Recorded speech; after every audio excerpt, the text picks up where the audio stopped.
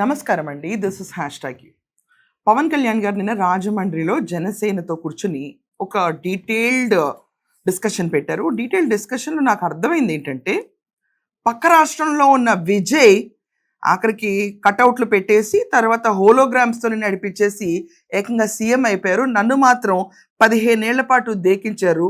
నేను 12 ఏళ్ళు ఒక పుష్కర కాలం కష్టపడితే ఈరోజున్న పొజిషన్కి వచ్చాను. దీనికి కారణాలు ఏంటి?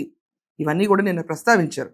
దాంట్లో మనకు అర్థం అవ్వాల్సిన విషయం ఏంటంటే, విజయ్ గారి గెలుపు నిజంగానే అదొక వాక్యూమ్ క్రియేట్ అవటం వల్ల అవటం. ఆ రాష్ట్ర పరిస్థితులు వేరు, ఆంధ్రప్రదేశ్కున్న పరిస్థితులు వేరు.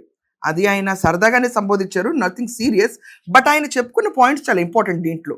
తనతో జనసేన ఆవిర్భావం నుంచి ఉన్న వాళ్ళందరూ ఎప్పుడు గవర్నమెంట్ ఫామ్ అవుతుంది, ఈయన ఎప్పుడు పవర్లోకి వస్తారని హడావిడితో వదిలేసి వెళ్ళిపోయారు.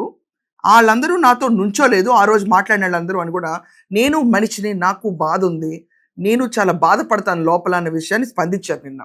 ఎంతకాలం భరిస్తూ ఉండాలి, ఇంక నేను భరించను, పుష్కర కాలం భరించాను, ఇక్కడి నుంచి నేను భరించాల్సిన అవసరం లేదు, నేను భరించను అన్నారు.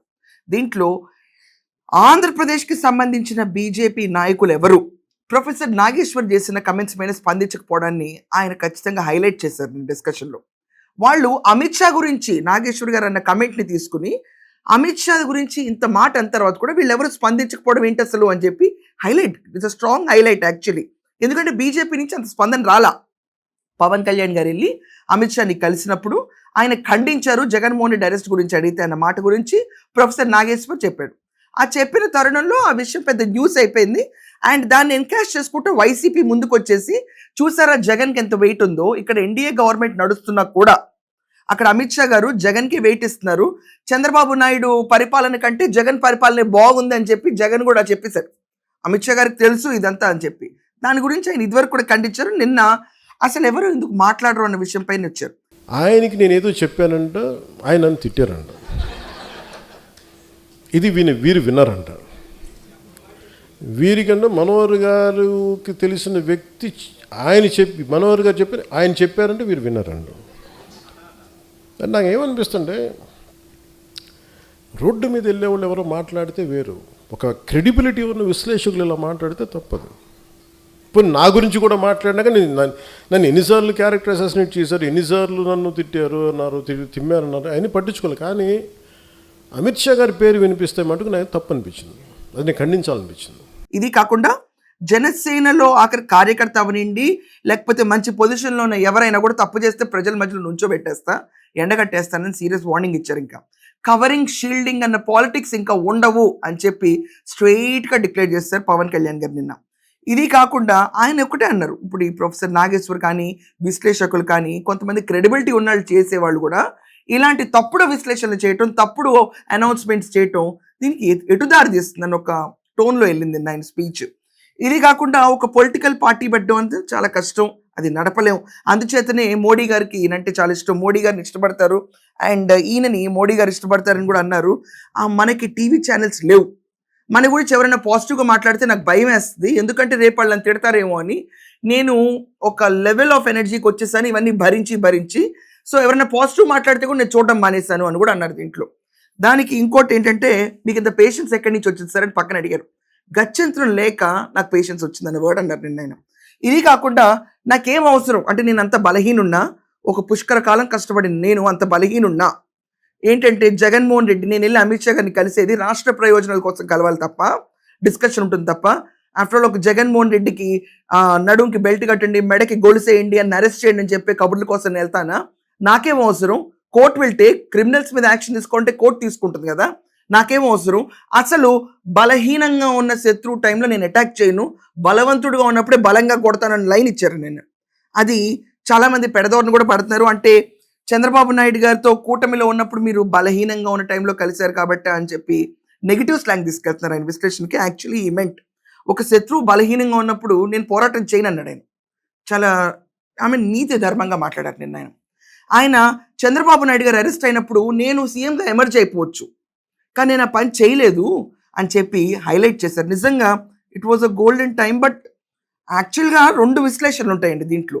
చంద్రబాబు నాయుడు గారిని అరెస్ట్ చేసినప్పుడు చంద్రబాబు నాయుడు గారి మీద సింపతి పోరైంది, అండ్ జగన్ చూసి జనాలు భరించలేక ఆల్టర్నేటివ్ అని చంద్రబాబు నాయుడు గారే డిసైడ్ అయ్యారు. ఆ టైంలో పవన్ కళ్యాణ్ గారు వెళ్ళి జైల్లో కలిసి ఆయన పార్టీ ఇంకా తెలుగుదేశం పార్టీ ఇంకా ఎన్డీఏ కలిసి అంటే కూటమిలాగా ఫామ్ అయ్యి మేము కంటెస్ట్ చేస్తామని అనౌన్స్ చేశారు. బయటకు వచ్చి జనాలు హర్షించారు. ఎవ్రీథింగ్ వెంట్ ఇన్ హ్యాండ్ ఆ సిచ్యువేషన్లో.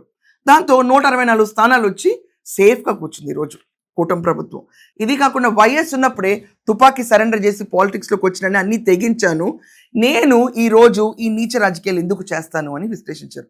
నిజమేనండి, ఈయన చెప్పిన దాంట్లో ఒక పాయింట్ క్లియర్గా అర్థమవుతుంది నాకు.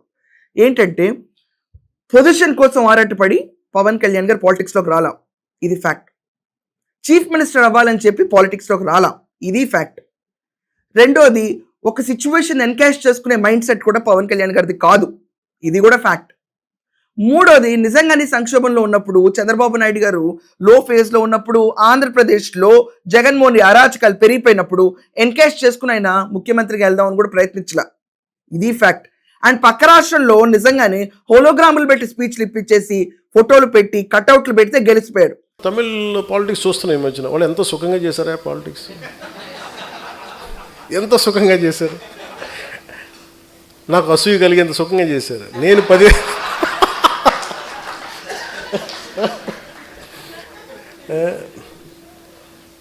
కటౌట్లు పెట్టుకుంటే గెలిచేశారు.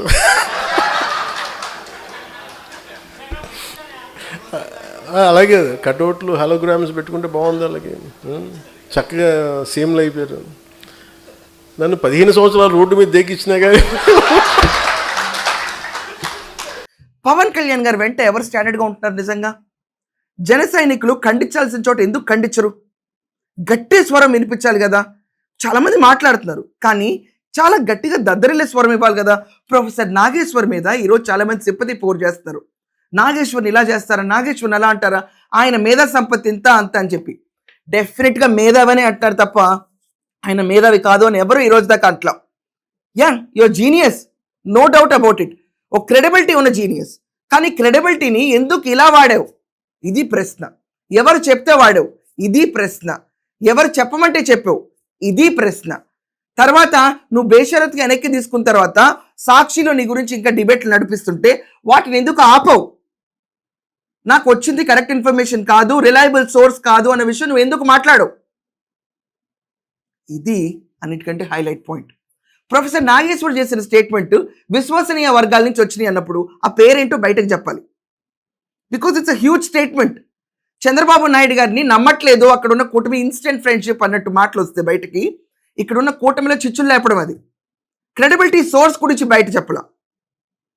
Instant friendship, long term friendship అని జగన్మోహన్ రెడ్డి అంటే ఓట్లని కన్వర్ట్ అవ్వ next time so called BJP supporting votes ఏముంటాయో అవి.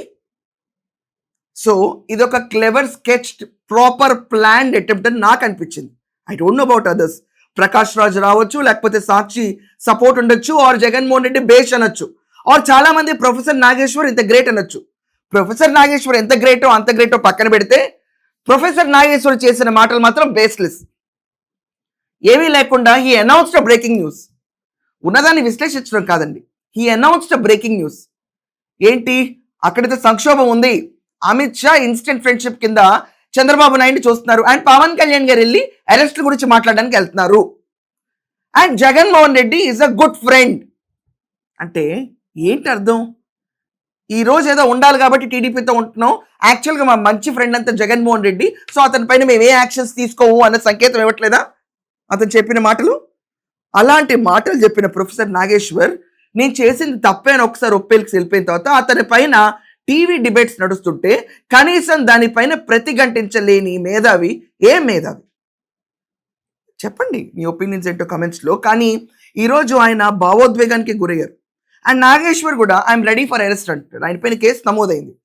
నేను మా సిస్టర్ వాళ్ళ ఇంటికి వెళ్ళి దాక్కోవాలా, ఇక్కడ దాక్కోమని చెప్పి అందరూ అంటున్నారు. నేను లేదు, నా కేసుకి నోటీస్ కూడా ఇవ్వకుండా వచ్చి అరెస్ట్ చేయొచ్చు, I'm prepared for my arrest అని రెడీ కూర్చున్నారు ఆయన.